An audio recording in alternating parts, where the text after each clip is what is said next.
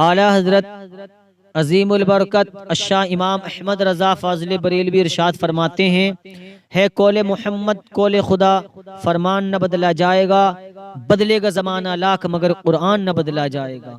پیارے دوستو، یہ وہی قرآن ہے، یہ وہی کلام پاک ہے جس کو اللہ تبارک و تعالیٰ نے ہمارے آقا احمدی مجتبی محمد مصطفیٰ صلی اللہ تعالی علیہ وسلم پر نازل فرمایا ہے۔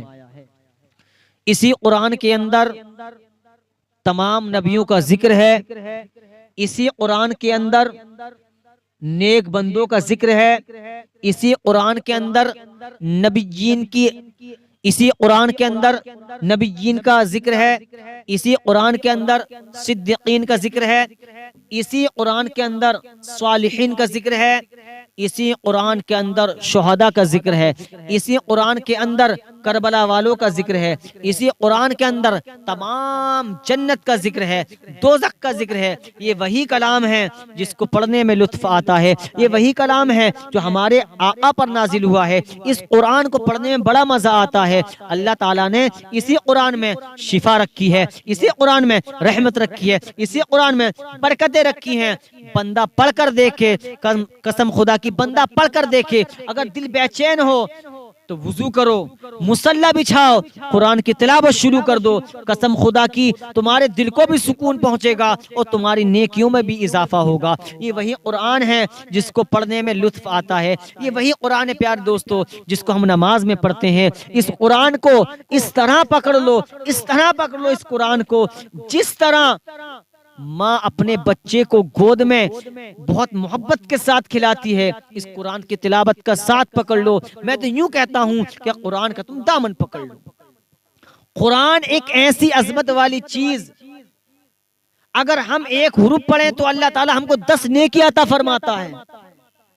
اور علماء فرماتے ہیں اگر رمضان شریف کے مہینے میں اگر تلاوت کی جائے تو ایک حرف پڑھنے پر اللہ پاک 70 نیکیاں عطا فرماتا ہے۔ سبحان اللہ، 70 نیکیاں، اور ہم اب پڑھیں گے تو 10 نیکیاں۔ تو قرآن کی تلاوت ہمیں کرنی چاہیے، ڈیلی قرآن شریف ہمیں پڑھنا چاہیے، چاہے پاؤ پارا پڑھیں، پاؤ پارا نہ پڑھیں تو کم از کم ایک رکوع قرآن کا پڑھیں۔ جب ہم قرآن کا ایک رکوع پڑھیں گے ہماری نیکیاں بڑھیں گی، گھر میں برکت ہوگی، اور اللہ نے جو قرآن میں شفا رکھی ہے اللہ تعالیٰ کے فضل و کرم سے ہم کو شفا بھی پہنچے گی۔ میں نے مقررین کی زبانی سنا ہے، علماء فرماتے ہیں کہ ایک بہت بڑا گناہگار، سیاکار، بدکار تھا، شراب پیتا تھا، پورا دن نشے میں رہا کرتا تھا۔ اس کا انتقال ہوا، بستی والوں کو پتا چلا کہ یہ تو یار شراب پیتا تھا، گناہگار تھا، سیاکار تھا، بدکار تھا۔ جب اس کا انتقال ہوا تو کوئی اس کو غسل دینے تیار نہیں تھا، لیکن پیارے دوستو کچھ اس کے پڑوسیوں نے اس کو غسل دیا، غسل دینے کے بعد میں جنازہ تیار کیا۔ جب جنازہ بالکل تیار ہو گیا اس کو کاندھے پر اٹھایا اور اس جگہ رکھ دیا جہاں نماز جنازہ ہونی تھی۔ نماز جنازہ ہوئی، پھر اس کو قبرستان لے کر چل پڑے۔ بڑے دھیان سے سننا، میں قرآن کی شان بتا رہا ہوں کہ قرآن کی عظمت کتنی ہے، قرآن کی شان کیا ہے۔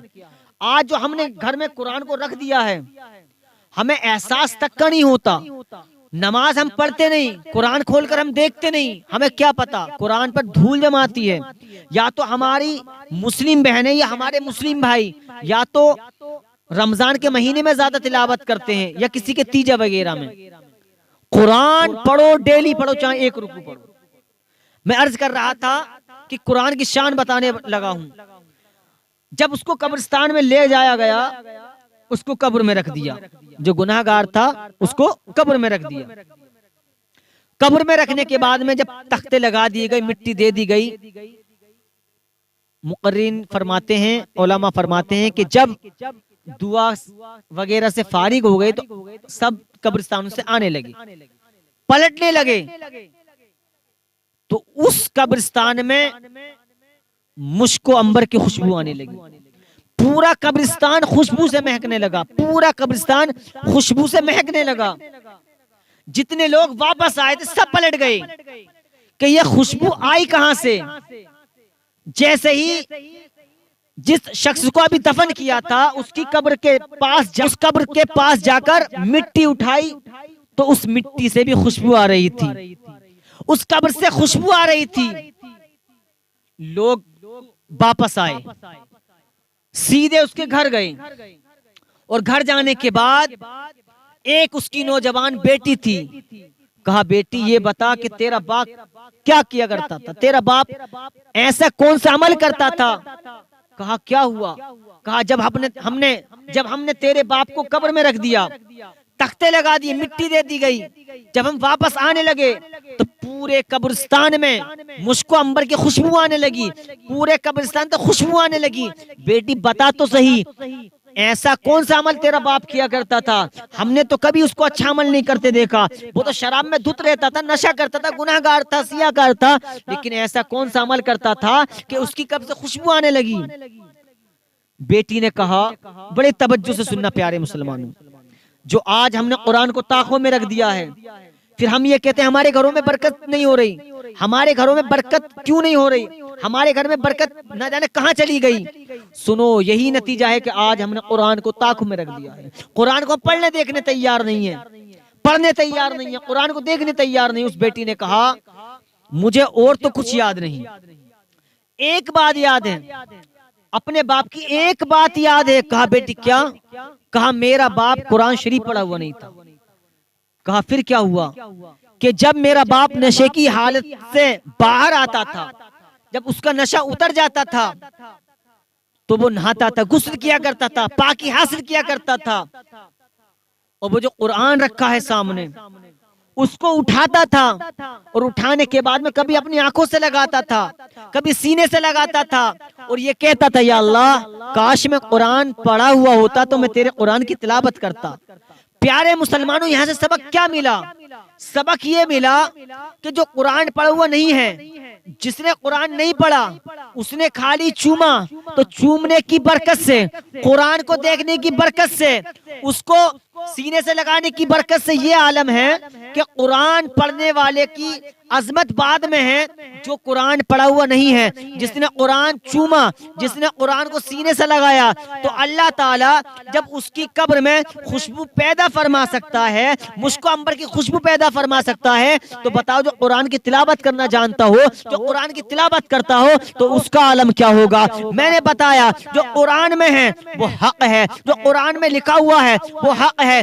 دنیا ادھر سے ادھر ہو سکتی ہے، ذرات ادھر سے ادھر ہو سکتے ہیں، شجر حجر ادھر سے ادھر ہو سکتے ہیں، دنیا پلٹ سکتی ہے، لیکن جو قرآن میں حق ہے وہ نہ ادھر ہو سکتا ہے نہ ادھر ہو سکتا ہے، نہ ایک حرف ادھر ہو سکتا ہے نہ ادھر ہو سکتا ہے، نہ زبر زیر بدلے جا سکتے ہیں۔ جو قرآن میں لکھا ہوا ہے وہ بالکل حق لکھا ہوا ہے۔ اعلیٰ حضرت فرماتے ہیں اے قول محمد، قول خدا، فرمان نہ بدلا جائے گا، بدلے گا زمانہ لاکھ مگر قرآن نہ بدلا جائے گا۔ پیارے مسلمانوں، قرآن کی تلاوت کیا کرو۔ آج ہمارے گھروں میں جو برکتیں نہیں ہو رہی ہیں، آج ہم نے قرآن کو طاق میں رکھ دیا ہے، پھر ہم کہتے ہیں ہمارے گھر میں برکت کیوں نہیں ہو رہی۔ آج ہم نماز پڑھنے تیار نہیں۔ آقا علیہ الصلوۃ والسلام نے ارشاد فرمایا کہ نماز میری آنکھوں کی ٹھنڈک ہے، الصلاۃ معراج المؤمنین، نماز مومن کی معراج ہے۔ آج ہم معراج حاصل کرنے تیار نہیں ہیں۔ حضرت فاطمہ الزہرا رضی اللہ تعالیٰ کے بارے میں اللہ کے نبی نے ارشاد فرمایا، اللہ کے حبیب نے ارشاد فرمایا، اس نبی نے ارشاد فرمایا جس نبی کے صدقے میں اللہ تعالیٰ نے پوری دنیا کو پیدا فرمایا ہے۔ اللہ کے نبی فرماتے ہیں میری فاطمہ تمام جنتی نوجوان عورتوں کی سردار ہے۔ تو بتاؤ اگر فاطمہ الزہرا نے میدان محشر میں تمہارا ہاتھ پکڑ کر پوچھ لیا کہ نماز میرے بابا کی آنکھوں کی ٹھنڈک تھی، تم نے نماز کی پیاری بہنوں، پیارے دوستو، اللہ کے نبی نے یہ بھی فرمایا کہ میرا حسن میرا حسین جنتی نوجوانوں کا سردار ہے۔ نماز کی پابندی کریں، قرآن کی تلاوت کریں، کبھی قرآن کو پڑھ کر دیکھو، کبھی ترجمے کے ساتھ پڑھنا، قسم خدا کی دنیا بھی سنور جائے گی اور انشاءاللہ تعالی آخرت بھی سنور جائے گی۔ اللہ تعالی ہم سب کو قرآن پڑھنے کی توفیق عطا فرمائے اور قرآن سے سچی پکی محبت کرنے کی توفیق عطا فرمائے۔